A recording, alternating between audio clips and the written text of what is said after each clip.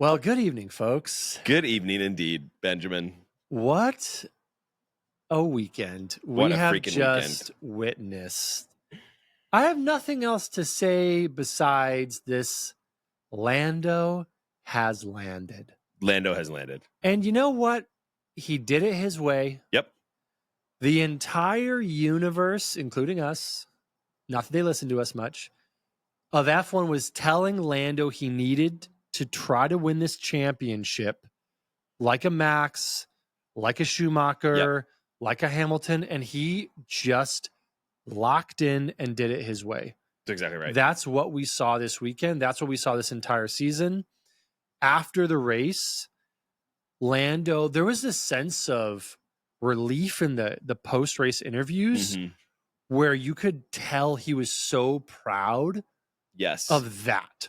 Yeah. That he decided he was not going to become Max to beat Max. He was going to look inside and find that champion. This sounds like a Disney movie. What am I saying here? Yeah. No, it sounds, but he did. Sounds about right. And he won it his way. What a freaking weekend, dude. Yeah. McLaren, we have to say thank you.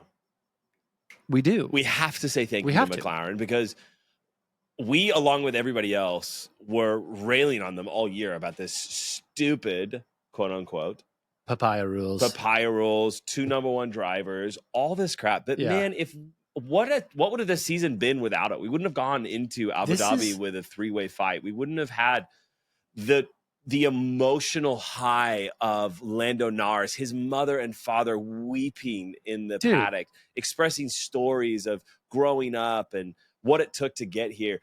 Oscar tears crushed down my face. You were literally crying. I believe it. You're a mush.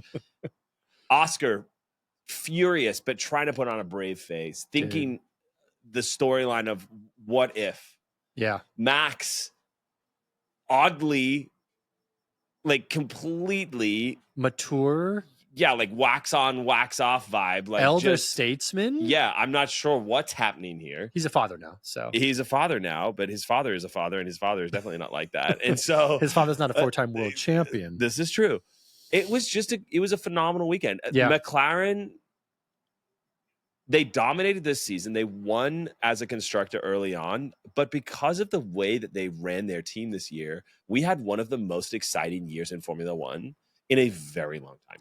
We did. And here's the thing too, and I don't think McLaren's gotten enough credit for the bet they put on themselves. Yes. They rolled the dice on Papaya Rules and they said, we are going to commit to this because this is how we go racing. Totally.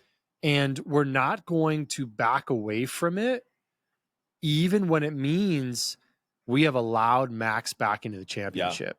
Now, again, there was a disqualification, the double DNF that happened, which really was the thing that catapulted it for sure. That catapulted Max back in. But it was still a fight. It was still a fight. But this is where you got to give it to McLaren. You got to give it to the leadership there, where they said, this is how we race. We're sticking to our guns. And we're not going to go away from it. So 100%. That isn't just leadership within McLaren. That's McLaren leading F1. Correct. That's them saying Papaya Rules can withstand a Max attack. Right. Lando can win his way. Yes. That's McLaren sticking their neck out there. Because again, if McLaren would have lost the drivers, they would have been crucified by every journalist 100%. in the universe and in the it would have been a different story. It would have been a different story. But that is Formula One. That's how high the stake was. That is how high stake sports and the world works. You're on a knife's edge. And that means you either fall left or you fall right. I mean, give it to McLaren for just sticking to their guns, even when everyone was shouting them down. Yeah. And to Lando as well. So I do have a question for you, though, James. Talk to me, Benjamin. So McLaren has this season under their belt. They've tested these Papaya rules out in a championship fight, and they seem to have withstood the test. Yeah. Do you envision other teams across the paddock looking at this Papaya rule framework and adopting something similar in the coming years for their own drivers? Yeah, it's a really good question because it's a hard one to answer because we don't have a ton of historical data. No. So the important thing for McLaren is that they came for points. They left with double hardware this year. So last year they won the Constructors' Championship. This year they won both. It's the highest you can get. So last year everyone was going, man, that's the car I want. But do they have the strategy and do they have the drivers that they need? Yeah. This year they said we have the car, we have the drivers, and we have the strategy. And now we have both trophies to prove it. Yep. And I think for me, I think the world is looking at, well, really the end of the drought for McLaren. I mean, this is the first time that they've had the Drivers' World Championship since, I think, 2007, 2008. And everyone's going, man, is this the way we do it? Is this the future? Is this how we roll? They've got the CEO in Zach Brown, who handles the marketing, the overarching kind of strategy for the brand itself. The chest bumps as well. 100%. The chest bumps, the screaming, all of it. And then you have Andrea, who's the team principal, and he's the guy running the whole team. Yeah. He's the engineering background. He's calm. He's cool. He's collected. It's like a mother-father kind of relationship. Director-producer kind of relationship. It really is. And it works well for them. Yeah, it really does. And they've weathered storms this year together. They have been in the fiery furnace with one another. With one another. Especially Lando. He's been there for 100%. years. 100%. And they've proven this works. This works for us. The question is, does it work for everybody else? Because there's a few ingredients that not everybody else has. 1, Lando Norris. 2, Oscar Piastri. Correct. And then 3, both the leaders you just mentioned. Yeah, but even take that, right? So a little like fun, yes, Lando and Piastri. But the idea of like what team has 2 number 1 drivers? Ferrari. Yes, but they do. Yeah, that's right? a good example. It's just funny because you think of Ferrari and I think of failure. I know. Well, we'll get to them. We'll get to them in a minute. And their deep failure this year. You have a pairing of Lando and Oscar. You have a pairing of Lewis and Charles. You have who else? Red Bull and Isaac is not it. No. Max and Isaac, no. Hulk and Bortoletto is not it. Nope. Sergio and Russ and Valtteri Kimi is not Russ it. and Kimi's not Russ it. and Kimi is not it either. Well, hang on a second. I would say Sergio and Valtteri are actually 2 number 1 drivers. They're both race-winning drivers. They've both been on constructors-winning teams. Yeah. I'm just saying, I agree. They're not going to have the car, probably. Well, and I also don't think either of them are world champion level drivers. Oh. I don't. Don't tell them that. I won't. But I don't think well, they know. that. They know that. They're not a Lewis. They're not a Max. Both of them have driven against world champions and have not been able to bring the car. So won one. Dang it. Valtteri won a lot of races, just not a world championship. I know. And so they're incredible drivers. Don't get me wrong. I'm just saying the pairing of like you look at Charles and you're like, yeah, there's something in you. You look at Lewis and there's 7 somethings already there. Yeah. And the future is mysterious. You look at Oscar and Lando. We'll exactly. And so there's the element of like, do we have 2 number 1 drivers that can actually take a brand to it? Do I have the car? Do I have the engine? Do I have the team? Yep. And I think a lot of teams can go, okay, we could get the car. We can probably organize our team. But the thing that McLaren has right now is that they have 2 of the best drivers on the freaking grid in the world on their team. Yeah. I mean, they obviously... Who else can do that? They obviously have all the elements. Here's the thing, though. Just a little bit ago, they didn't. They were the slowest car. Yeah, but they had the drivers. They did. But that's where we're looking at Ferrari, right? Mm-hmm. And again, I don't want to get to Ferrari yet. We'll stay with McLaren. But yeah, McLaren turned it around. They turned it around quickly. So Papaya Rules, obviously, McLaren owns the patent on that one. We'll see if other F1 teams adopt something similar. Maybe not. Totally. But I do want to go here with Lando. So Lando won the championship his way. And Yes. that's been the headline post the race.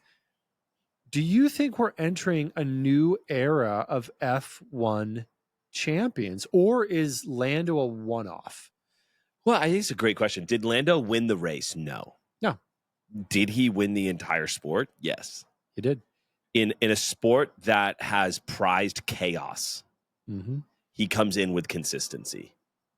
And what he has proved is that he is here to win titles, whether it's by 100 points or 2. Yep. He's going to drive the way that he wants to drive. He's going to treat people the way that he wants to treat people. And I think we've seen a level of decorum because of how Lando drives. I wonder if Max would have the same reaction to drivers if it wasn't Lando's reaction to him over the course of the season. How they've treated each other as sportsmen. Yeah. How they've been upstanding, how they've apologized for things that are clearly their fault, agreed to disagree on other things. That is a Lando thing. That did not exist before he was in the top 3 fighting for a championship. That was not there. Between him and Oscar's level of like, do you speak and do you care? Like everything's kind of chill. Yeah. No, I mean, that's a great point. I do think that Lando has led his peers by his example. 100%. And we see other drivers, and you saw this after the race, other drivers just coming to him and the congratulations and the respect and the love. God, it was 100%. like, it was just this moment. And we talked about this a little earlier as well, but like after he crosses the finish line, he does his out lap, comes back in, does the donuts. There was just this moment of just such warmth and emotion and sensitivity. And it was as if the entire F1 world was buying what Lando was selling. And even in the cool down room, obviously like Piastri and Max are talking before he gets in there. But when Lando comes in, there's just this moment where Crofty's not commenting. There's just silence. And there was just this moment of like, in the moment. We are leaning into Lando. Yes. Because this is how Lando has led. Yes. And how Lando has won. And all of us are saying, we can get behind this. And it doesn't mean, and Lando said something in an interview with Sky Sports that I thought was fascinating a little bit later. He said, there may be another moment where I have to race and win a bit different. There may be a moment I've got to like get my elbows out. He didn't say that part of it, but that's what he was insinuating is there might be that championship where I've got to actually get a little crazy. Have to dig deeper, but it's going to be me that I'm digging deeper into. I'm not going to model it after Max or model it after a Schumacher. And so that was the thing I think I was so struck by, because there's moments this season where I was pissed with Lando. I was like, dude, just put your elbows out and freaking pound them. Like you want, and this is the American part of me. We just want competitors to like go at each other. Like the World Series this year, when it was Dodgers, Blue Jays, these moments, the bench is clear. Yeah, exactly. We freaking eat that stuff up. We want that. 100%. Lando refused to lean into that. And which is so important when you think the world was screaming at Lando Norris. You will never be a world champion unless you get your elbows out, unless you change your dynamic, unless you get aggressive. And he told the world, screw you.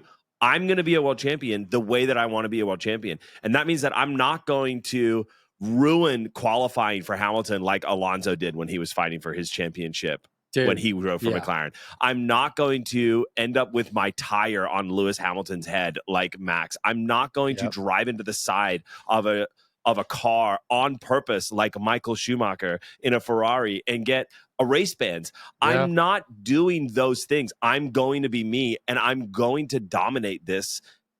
And he did. He is a world champion. He has joined a club of 35 people. It's insane. That's it. In the history of the world. In the history of the world. In the history of this sport. No one can ever take that from him. No. No one can ever take that from him. Yeah, I mean, it's the elite of the elite. What Lando did to the entire world press pressuring him was he just did like a Winston Churchill V for victory. Just like, classic. Bro, no. Let's go. Like, what a solid British reference for you. I know. You know? There you go, Lando. Yours, bro. Like, that's from the Americans to you, Lando. You are the new Churchill of F1. Respect. I just watched a Churchill film the other day, and I saw that, and I was like, yes. Also, I got some Brit in me, you know? There's some Brit in me. I feel like you just claimed that you have everything in you. Because I do. Okay. I do. Okay. But well, we'll get to that later. So, but I really hope not. But to Lando, though, you can't say enough about how he decided to go racing. Now, we got to go to the other side of the garage. Yes, let's talk about Piastri. Oscar, the Australian, your people. Half my people. Half your people. Yeah. What are you saying to Oscar right now? What's the team saying to Oscar after this incredible season? I think the question for me with Oscar is like, do we actually have a future world champion or just an elite number 2? Is he going to become the new Bottas to Lewis in the Mercedes dominance era, where it's like you're just not quite there? Yeah. I think that's the question I'm left with. Yeah. And I think that's the question that the world is left with is Oscar was phenomenal the first half of this season. And then what happened? Well, he struggled. And he struggled particularly through the Americas. Yep. Austin, Mexico City, Brazil. Vegas, obviously, with the disqualification. Here's the one thing I'll push back, though. When I think about, is Oscar slotting into that Bottas role? You know what told me he wasn't is this weekend, as he passes Lando on the outside to take P2. That was probably the best overtake of the entire season. That was aggressive. And that was the moment where I was like, no. This guy he races his way, just like Lando races his way. That's true. And Oscar led the championship this season longer than anyone else. Yes, he stumbled and tripped at the end. Yep. But this guy is here to stay. Yeah. And the real test of Papaya Rules will be next season. Yeah. Do they change the dynamic now they have a world champion? Is he going to go? They say that they won't, but he'll have number 1 on his car. He will have number 1 on his car. And I think, man, it's hard when it comes to Piastri because it's like, is Piastri elite at everything except beating Lando Norris? I would say that he has gone toe-to-toe with Lando this season. And Max. Like, you remember the beginning of the season? Oscar... He was out there with Max, dude. Max didn't know how to race him. About anybody. Like, and he was kind of the more traditional F1 champion that we're used to. The stone cold, killer, emotionless killer. But this year we saw the emotion in Oscar. We saw him have to deal with disappointment. We saw him have to deal with strategy. That's very true. Blunders and errors from the team. We saw him have to deal with all of those things. Yes. And if you would have told Oscar, hey, at the end of this season, you're going to be finishing 3rd in the championship with multiple race wins. Yeah. Like, how would you respond if you're Oscar? But if you were to tell him, hey, you're going to lose out on P1 by a handful of points. Yeah. It really comes down to perspective. And I hope Oscar can look at this season and say, hey, my 3rd season here, and I'm going toe-to-toe-to-toe for the championship. Like, I'm here to stay. I hope he takes that perspective. Piastri seems to be the most technically gifted driver that we've had in a while. Yeah. 3 seasons in, and this is what we're looking at is, I mean, to be honest, that's like Lewis Hamilton, Max Verstappen level performance from this guy. Absolutely. Like, it's wild what we're seeing here. It just He's a generational talent. He is a generational talent. It just seems that we're also seeing some like championship instincts that are missing a little bit from him. Yeah, and I would chalk that up to him just being 3 seasons in. I mean, Lando literally, this is his 9th season. 100%. 100%. 3 times longer than his teammate. And so that's where I would say I fully anticipate if Oscar's got the car under him, he will be a world champion Yes. sooner than 9 seasons. Well, Oscar is the driver that every team wants. Yeah. And, absolutely. And he's the driver that every championship fears. Yeah. Because when he finally figures out how to stop beating himself, the rest of the grid is going to be in real trouble. Dude, I mean, I think there were some moments this season where the mental, ice cold, stone cold killer fortress that surrounded Oscar started to crack. And that, I think, was what threw him. I think back to Baku when he had an atrocious qualifying, when he jumped the start, when he crashed out a few corners later. And then that was really just the beginning of all of these blunders and these moments where he was falling. And so Oscar has an opportunity to become a world champion. It will require even deeper mental fortitude and strength. 100%. And I think this season he'll look back on and say, where were the moments where it got to me? Where were the moments where I cracked? Where were the moments where really mentally I wasn't strong enough?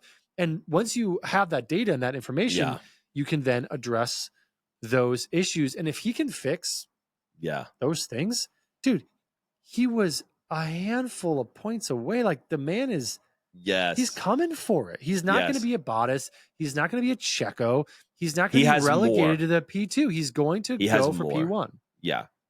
I agree. I think McLaren they stole the show this season. I was literally remembering today, Norris, remember that race in Russia where it rained? He was leading and then it rained and he didn't come in for wet or intermediate tires and slid off and he was just gutted. Yep. That day, it's a long time ago. That day this to like now, pre the war. That was we're still racing in Russia. It literally was.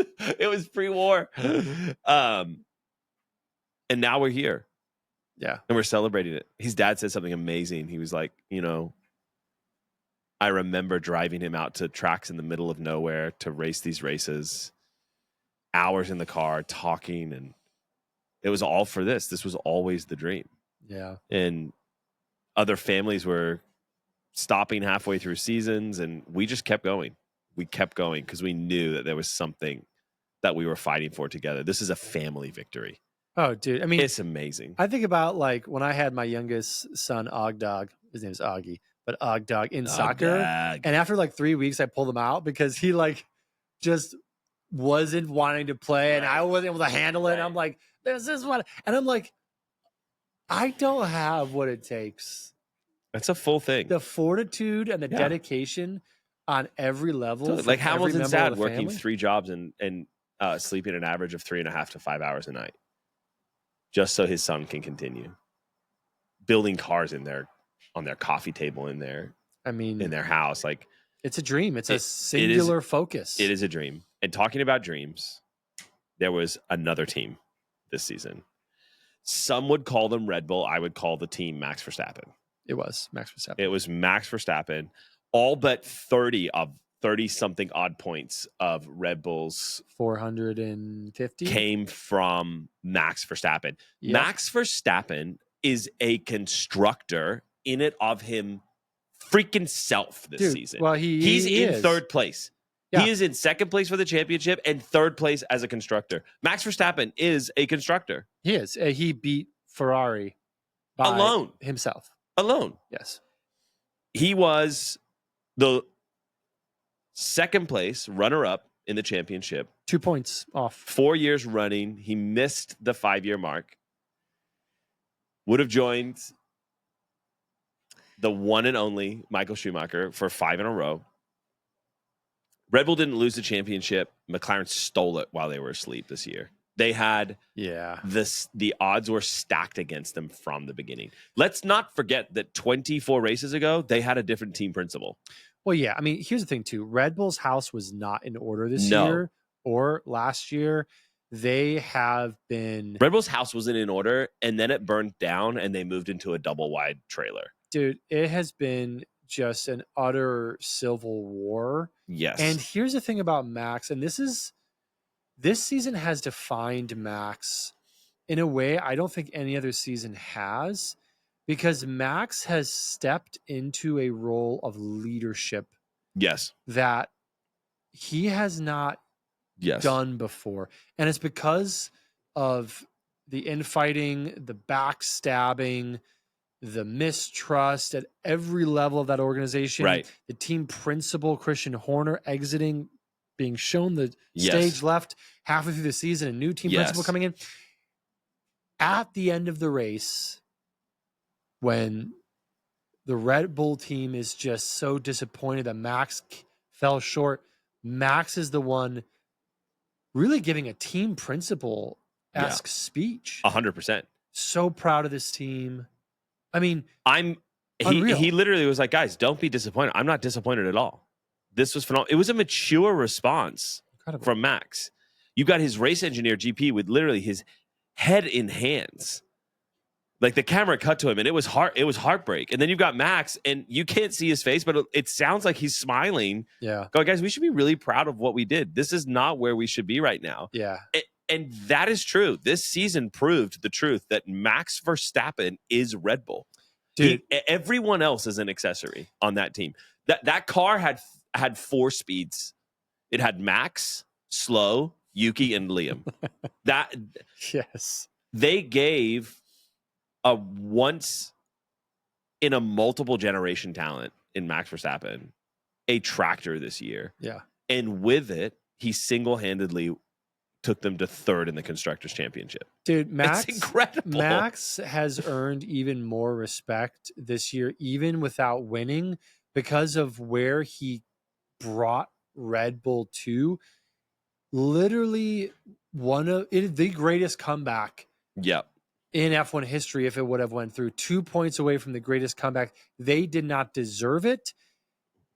I would say this, their leadership, the infighting, the backstabbing did not deserve it, but Max did. Yes. And Max was the one who stepped up while everyone else was fighting and said, we're better than this. I'm not going to get involved. That man over the last couple of seasons has had to walk the line between his father and Marco and Horner, and has had to focus on just racing 100%. As he's navigating minefields in his own 100%. backyard. Yes. Like that kind of ecosystem, Max didn't deserve that environment. 100%. Red Bull should be ashamed of having to put him through that kind of environment. Yes. But that's what they did to him. And look what he did in response. He brought them to the brink of the greatest comeback. He didn't sit back and go, okay, I guess this is it for the rest of the season. He didn't check out. He showed up. He could have. He encouraged the team. He forced them to continue developing. He got a new team principal, and instead of pouting about it, he went to work. Yeah. It was something happened that I never thought would happen when I heard that. James? When I heard that radio message at the end of the race. All throughout the lifetime of Rolling Start, it has been abundantly evident that I am not a Red Bull fan. Yes. Nor am I a Max Verstappen fan. This has been very clear from the beginning. However, this year, and what I've seen from him, the way that he's reacted, and more importantly, the way that he hasn't reacted to certain things. Yes. There is a certain level of respect that I've always had for him as a driver and talent. Yeah. That now I can confidently say I am officially a Max Verstappen fan. I think, and how could you not be? And not, I think for me, there's a myriad of reasons. But this season, dude, the moment he's saying on the top step, and he has come 2 points shy of the greatest comeback in F1 history. Yes. He's sitting there as the anthems are playing, and I was watching his eyes and watching how he was composed. And there's this moment where he's just kind of looking around the stadium, and I hearkened back to 2021, and I was like, I wonder if he's thinking about 2021. I wonder if he's like has that moment in his mind when it all started, when he achieved the thing that now Lando has achieved to when his he stole left. that world championship. And it was, it was insane. And it was this moment of just reflection and contemplation and almost contentment that I could see in him, where he wasn't there frustrated and angry with his head down. He had his shoulders back, head up, confident. And just he was beaming. It looked as if he was looking across eons of time and looking across all of his career. And there's this moment where I was so proud to be a Max fan. I was so proud of him, and like the character that he has this season, it's been tested by things that it shouldn't have had to. And that's true. He has just stood head and shoulders above it all. Yeah. I think it's really cool to think about moving forward, especially what you said there, looking across the contentment. Because there's been a few moments where he's been asked about next year's regulations, what's going to happen. And, are you that upset because you did not win championship number 5? Yeah. And he said, the 5th championship won't change my life.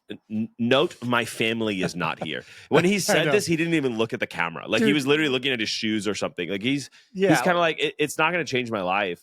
He's like, it would be great. And I'm going to race and I'm going to hope for some luck. And he did. And he won the race. Yeah. He did all that he could. Yeah. I just think if next year rolls around and the car is trash, do you think Max is coming back? If he doesn't enjoy these regulations, he's already said, I'm not going to keep going. Yeah. I mean, I don't want to even think that way, because what a gaping hole in the sport that would be. But here's the thing that I have respect about Max.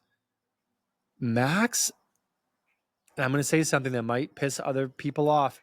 I think Max, more than any driver on that grid, is a true racer. It is in his blood.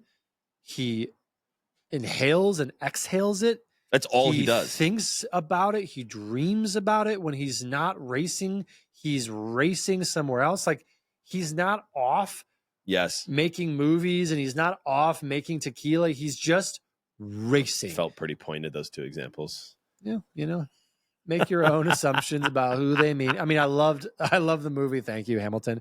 And the tequila's not bad. But Max is just one of those guys who, like, this is his life in a way that feels distinct and unique to him. So I truly believe that when he says, hey, when it's not fun anymore, I'm going to go. He's going to go. He's going to go. He's not going. He doesn't need 7 championships. He doesn't care. I don't know. Like, the man is going to go where he doesn't have a grudge match against, like, getting 8 world champions. So he can say, I'm the only one with 8. He's not like Toto, where it's like, we were stabbed in the back. And we're going to get our 8th. It's like, no, he's like, the man, here's the thing about it. Max, his love for pure racing is his North Star. Yes. And right now, that North Star is aligned over F1. 100%. There might be a moment where it's aligned over somewhere else. Totally. Yeah. And guess what? You can only sit back and slow clap when someone is that in tune with what they're passionate about, and say, 100%. Hey, dude, I am here for it. Yes. And guess what? If Max goes to another racing, I'm going to go with him, because that is the kind so you're not a Red Bull fan. I'm going to be a Max fan, because he inspires that kind of You've changed. Loyalty. You've changed. I've always been a Max fan. We've talked But you've always been a Red Bull fan. I have been a Max fan from day And you were a Red Bull fan. Numero uno. Yes, and you were a Red Bull fan. I'm a Red Bull fan still. That was unconvincing. I think you should be ashamed as a Red Bull fan. Red Bull didn't get beaten by talent this year. I already talked about how Red Bull should be ashamed of how they treated Max this year. Yes, but you should be ashamed. I'm not ashamed. No, you should be ashamed. Red Bull should be ashamed of their damn selves for what they put Max through this year. Do you feel like the dynasty is dead, or just the aura? Like 2025 was the year Max proved that he is still inevitable. Is it the year that Red Bull proved that they aren't? Oh, here's the thing. I'm going to go back to McLaren for a second. Well, we're bouncing back to McLaren. Real quick. McLaren, their structure, their ecosystem is so ordered that you could hypothetically put in a Max, 100%. put in a Chuck, put in a Hammy, Yep. put in a freaking George Russell or a Kimi. Yep. And guess what? McLaren's going to continue to win. Yes. Red Bull is not ordered in such a way. No. So Red Bull is no longer a championship winning outfit. Right. Max is. Right. So you remove the one thing that has brought you continuity from that team, and Red Bull is going to go back to be back of the grid. So this is the difference between how Red Bull has fared this last couple of years and how McLaren has been. McLaren has focused on the entire team being a championship contending team. Red Bull, because of their utter obsession with volatility in that second seat and their insanity and chaos, have fallen from a championship contending outfit. So again, they should be ashamed of that. Go fix it in the offseason and have your come to Jesus moment where you figure out how to become a championship contender again as an outfit. Yes. Because again, if you can't give Max a car in 2026, he's leaving and you're going back of the grid, like behind Cadillac, back of the grid. Right. Yeah. So that's my rant about Red Bull. Yeah. Red Bull, when Max leaves, Red Bull will slip into obscurity. Absolutely. Yeah. Because Max is the one. Max is the one. Yuki Tsunoda finds himself out of a racing seat. Are we surprised by that? No, because he was too good to drop for a while and too chaotic to promote. He was the eternal paradox within the Red Bull ecosystem. I was always until confused. he wasn't. Yeah, I was until he confused. wasn't. Isaac Hadjar came onto the scene and he has outshone Yuki. He has outshone Liam. I truly believe the only reason why Liam is at Racing Bulls next year is because he hasn't had as much time as Yuki. He did not do much better than Yuki. I'm convinced they're pretty much 6 one way, half a dozen the other. Yeah, I'm convinced they are as well. The only thing that Liam has on his side is that this is his first full season in Formula One. Yeah, with the same team, and so Yuki's out. He's the reserve driver for next year. Well, I mean, here's the thing. Yuki, we talked about this briefly. Yuki had 33 total points this season, finished in 17th place. Max in the same car, 421 points, finished in second. I mean, the canyon cannot be that wide. I mean, no. You think about, okay, so real quick, Lando finished in first, Oscar finished in third, 423 points, 410 points. George Russell finished in fourth with 319. Kimi Antonelli finished in seventh with 150. Chuck finished in fifth with 242. Lewis finished in sixth with 156. All of those top tier teams, their gaps are close. They're all like bookends. Right there. They're just right there. Yes. This second and 17th doesn't work. No, second and 17th does not work. That is unacceptable. And that's why I'm saying Red Bull, figure your shit out. We don't swear on this podcast, That's James. First expletive. And Red Bull, 3 seasons in. 3 seasons in has forced it out. me to swear because that is where they lost the constructors. Right. And they put I don't know how Max didn't just dial it in and say, guys, just focus on next year's car. Stop developing this one. Right. After his fourth teammate. Yes. In the last couple of years, this guy has been forced to exist in a environment of chaos. 100%. Continuity has been millions of miles away, and somehow Max has maintained continuity of character, continuity of his skill and how he shows up in his presence, and second and 17th aren't going to fly. Now, next year,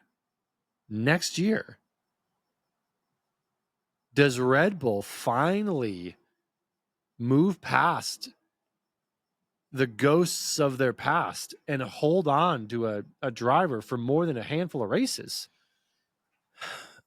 I think this is the first time, and I honestly, I can't even remember how long, that I have been expectant for a number 2 driver at Red Bull. When they put Liam in, I was like, okay, this is Groundhog Day. Liam just lobbied real hard. He lobbied real hard, and he lost it after 2 races. Yeah. And then Yuki came in because he finally lobbied for the first time ever. Yeah. And he got in, and he had 22 races and proved very little. Yeah. Isaac, on the other hand, came in, crashed out his first race.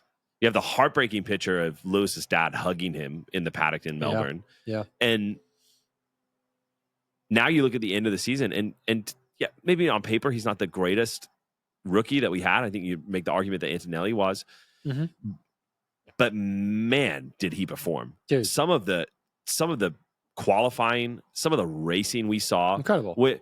Where he's passionate, he's intense, which is kind of that Red Bull brand. Yeah. But then also he's calculated.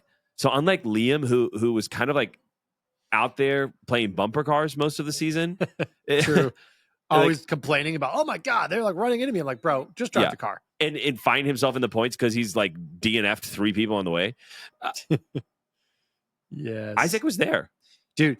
He was super, super solid. Quick bit of think stats he could do for it. you real quick. Isaac finished 5 points behind Fernando Alonso. That's incredible. Right? Like for some context, like he tied with Nico Hülkenberg, who this last race was his 250th Grand Prix. Exactly. He beat Ollie Behrman, who had a phenomenal season. One of the greatest rookies. Ferrari's eyeing him up for future seasons. 100%. He beat out Liam. He beat out Ocon, race winner. He beat out Lance Stroll. He beat out you. I mean, like, we're talking about race winning drivers who his first season in, he put in his review mirror, and he was standing toe to toe with F1 champions. 100%. So, I mean, again, here's the thing about Isaac that actually I'm excited about with Red Bull. I feel a Danny Rick, Honey Badger vibe with Isaac. Now, again, 100% agree. He's a little angrier than Danny. 100%. Danny's a little more smiley. I think he's a mix between Danny and Max. Dude, that's what I feel. Feels like this 100%. there's this raw energy, there's this passion, there's this excitement, there's this anger, but I love it. I'm here for it. And so I'm actually excited, and I hope this next season Red Bull can actually hold on to a driver in that second seat who can contribute and who can even go toe-to-toe with Max. We'll see. Time will tell. Yeah, I think, again, I guess it's the first year I'm excited. I'm excited to see too. to drive a pairing, and I think Isaac will get up to speed quicker than most. It's new. He's also the driver that's got the best chance, because it's not going to be Max in a car that he's dominated like no one has in the history of mankind. Yeah, it's going to be brand new regs, and Max will be Max, but Isaac has a chance now with a year of Formula One under his belt to prove himself. Next to him in a brand new car. We need to talk about Ferrari because they didn't collapse. They just completed their annual trip to failure. They've were like a gone ahead star that just burned through the atmosphere as it fell. It's like they've successfully made Chuck look like a world champion driving at a community college. Dude. It is embarrassing. Chuck! They broke a 7-time world champion. They broke him. They literally broke. He's Lewis broken, Hamilton. dude. He's gone. He literally was like, as soon as I leave here, I'm throwing my phone in a bin. I'm like, Lewis, you still in there? Blink twice, dude. Unreal. Literally unreal. Here's the thing about it. F1, and I've been thinking about this. We talked about this a little bit as well. F1 is this incredible combination of tradition and modernity. It is this nice edge of the past and the present of what was and what will be. And it's this incredible space where those two things clash. 100%. Lewis Hamilton and Ferrari represented this marriage of tradition that no one else can touch in Ferrari. And someone who's chasing their 8th world championship. Yes. Someone who embodies the sport, one of the greatest sports people alive. 100%. Truly. Yes. I mean, when we think of the imagery of a wild stallion, I think Lewis, in going to Ferrari, thought, I'm going to be able to tame the stallion. I'm going to be able to actually have some influence. They're going to listen to me. I'm going to be able to help steer this team. And what happened instead was the unstoppable force in Lewis Hamilton met the immovable object that was Ferrari. And it 100%. It was one of these moments where Lewis was the horse that was broken. 100%. And it has been such a painful thing to watch. Someone who is the greatest, seeking eternal glory. Yes. With the team. It's the storyline we all wanted. And to see it fall so completely apart has been one of the most painful and really just kind of like anger up in me and other fans for how this happened. How did this happen? This was like the marriage that should have. Well, we came into this season, we came into 2025 with Ferrari literally on the heels of McLaren. Like it was not McLaren did not clean sweep 2024. It was down to the wire in 2025 for the Constructors Championship. And now we have them beaten by Max Verstappen alone on the Red Bull team. That is they are painful. In 4th place. So it went McLaren, Mercedes, Red Bull, start the midfield, Ferrari. Yep. At what point does the world stop saying that Ferrari is a top team and we start saying they're in the mid pack? They are in the midfield. You know what Ferrari is? What are they? To this generation of Formula One? I think I know what you're going to say. They are the Williams of the 90s. They were great. They were phenomenal. Everyone wanted. They're on the cutting edge of development. Best driver. Everyone wanted to. And then they dropped off and they ended up with Latifi and Russell. And that's where Ferrari is going. Oh my god. The only reason why Ferrari is still in this conversation is not because of performance. It is literally because they are just exuberantly rich. Dude. But they are a midfield team now. Like, it is embarrassing. Dude, you're so freaking right. Those are strong words, by the way. Those are fighting words. Right. But I'm going to get in trouble. Right. The internet's coming after me. Here's the thing. McLaren has built a team on performance. Correct. Ferrari is still relying on their personality. Yes. And they're showing up to the party thinking, oh, we got a good personality. Well, we've been around the block. Yeah. We know what we're talking Everyone about. loves us. You draw a car. A kid draws a car. It's a red Ferrari. Come on, man. You should respect us. Yeah. At some point, respect has to be earned. Yes. It's not given. It's earned. And Ferrari has ceased to earn the respect it demands from the F1 world. Yes. I don't care. And because I'm Italian. I was in Italy this year. You've been there. There is something about there's a je ne sais quoi about it. There's something French. about Yes. being in that place 100%. where it's the Roman Catholic Church and Ferrari. And those are the two mega forces in that country. There's something special about it. But guess what? And I can say this as someone who has Italian heritage and loves all of those things. Guess what? You have to, at some point, earn the respect you're demanding. And Ferrari, 100%. you haven't earned it. And to your point, it's insane to even think of them alongside of the likes of like, I don't know, Logan Sargent when Williams like gave his car to Alex Albon because Alex you crashed suck out. so bad. Like, yes. That's where we're literally at. We're not dude. there yet, but that's Insane. the trajectory that we see for Ferrari. Crazy. And that's my I guess the thing that I'm asking myself is, why are we here? Why can they not admit? Why can they not do what McLaren said and go, we don't have it, but we will be world championships. We will be world championships. McLaren said, we will be world champions. Yeah. we're not where we need to be, and we will go where we need to go. Ferrari is like, we are world champions, and we will continue to be. And it's like, bro, what are you continuing? You have a 10-year blood red ledger. Like you have been hemorrhaging for 10 years. Yeah. What point do we go? You've changed your leaders. You've changed your drivers. They have. Do you need a cultural exorcism in order to become the kind of Formula One team that wins in this era? Not the last 70 years. Thank you for being a part of the last 75 years. Yeah. Thank you. But what got you there in year one is clearly not working this year. Yeah. I mean, that is the age-old and eternally timeless question that Ferrari has to ask themselves. And every team is required to confront that question is, are you going to evolve? And this is where, again, F1 is this universe where the old and the new meet, something incredible happens, and the teams that are able to build upon legacy but look to the future are the ones that are able to win.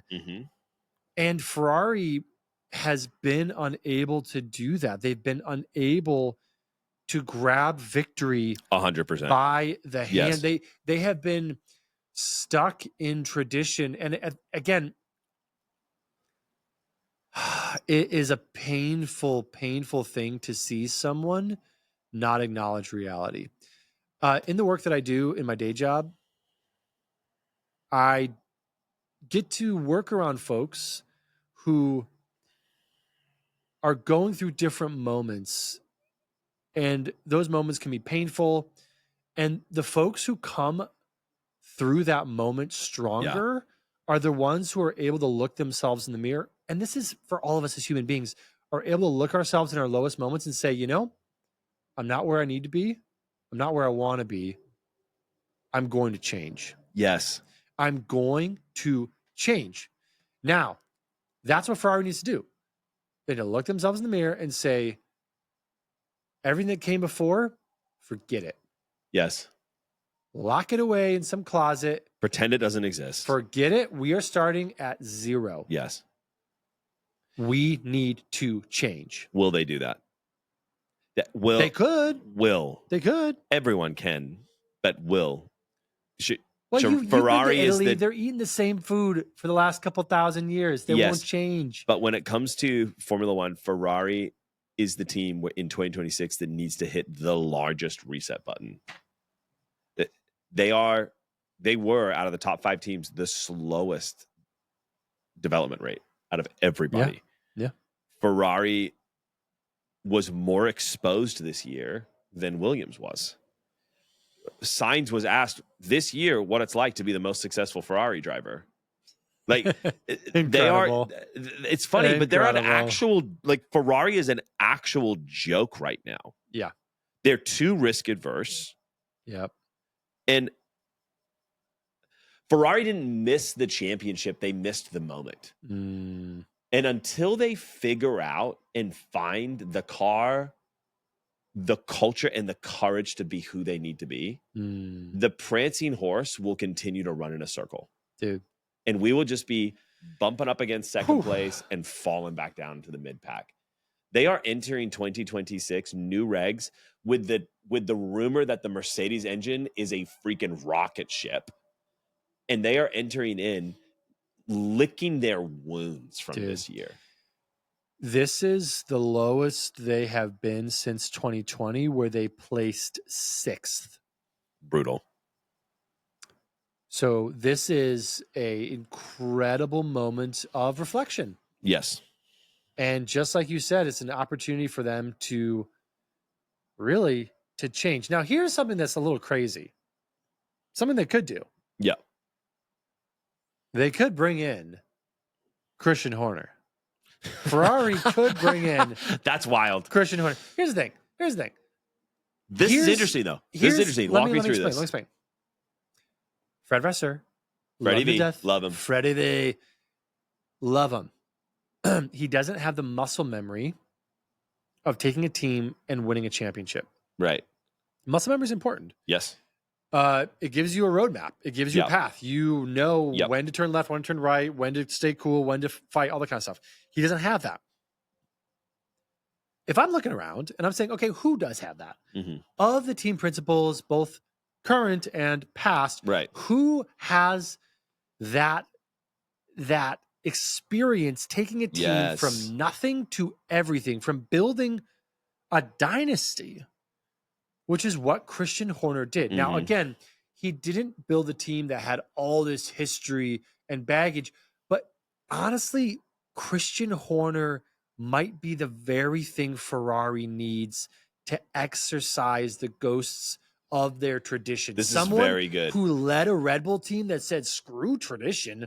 We're about here. We're about now. We're about the moment. Yes. We're about fighting. We're about ruthlessness. Like, Red Bull was a team that was mystical in a way because they were so like in the present.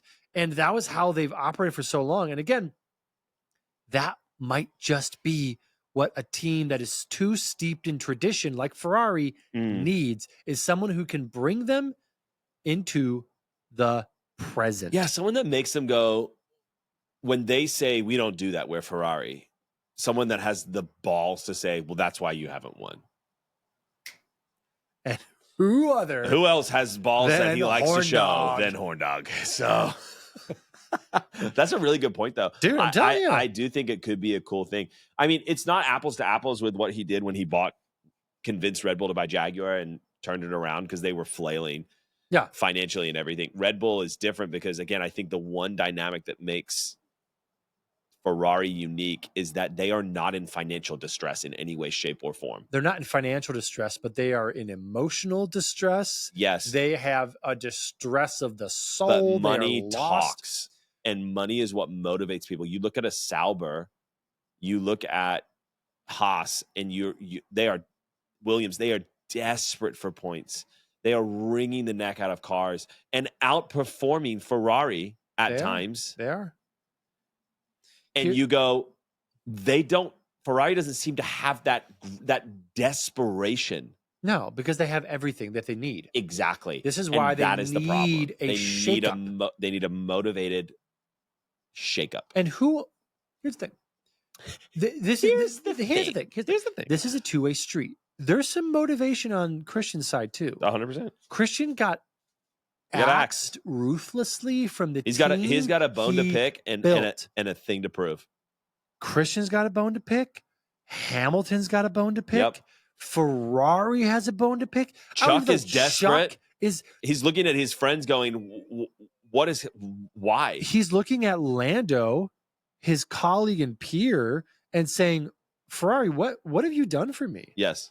McLaren built an ecosystem around Lando and then Oscar that allowed Lando to succeed and to 100%, win. 100%. You have not built anything 100%. So here's the thing. Yeah.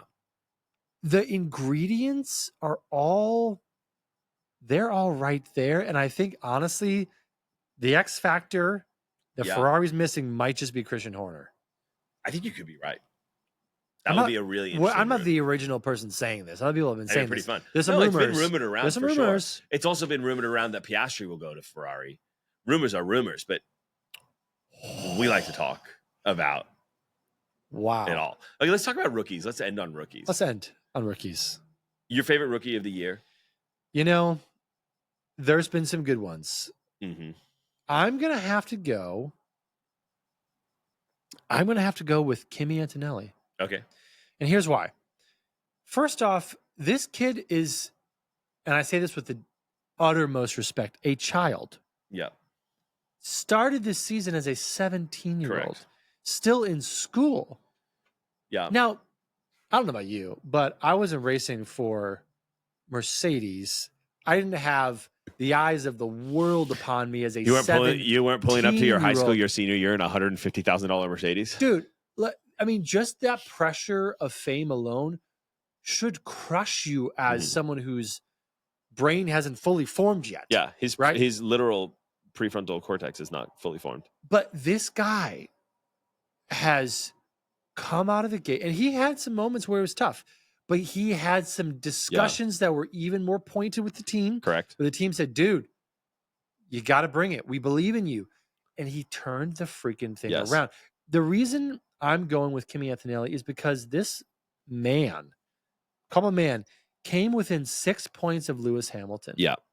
Who he replaced at Mercedes. A 17-year-old rookie fighting with one of the greatest of all time. Yes. So Kimi's my number one. I think he did a phenomenal year. Toto found his North Star, and it's not George Russell, it's Kimi Antonelli. Yes. No shade to Russ. Russ is the leader of the team right now. Kimi is the rising North Star of Mercedes, though, and he will be as long as he wants to stay there. I think eventually Ferrari's going to probably want him to have an Italian driver. Yeah. In the Italian team. An Italian for the champion. Will be pulled. Come on. Will be pulled. Come on. He's going to want it. But I think for now, Toto's bet has paid off. Yeah. How about you? Yeah, my favorite rookie of this year is actually Ollie Behrman. Oh, because another Ferrari driver, and he's the first driver in history to make Ferrari fans both excited and depressed in the same weekend. Because he would come out and they would go, "Yeah, it's a Ferrari driver." Wait, you're not supposed to be a Ferrari though. He was phenomenal. He was so great through the entire year. Fantastic. He performed well, and I think what was really cool for me is that multiple times, and for an extended period of time, he was outscoring our buddy Ocon. Our buddy. Race winner Ocon.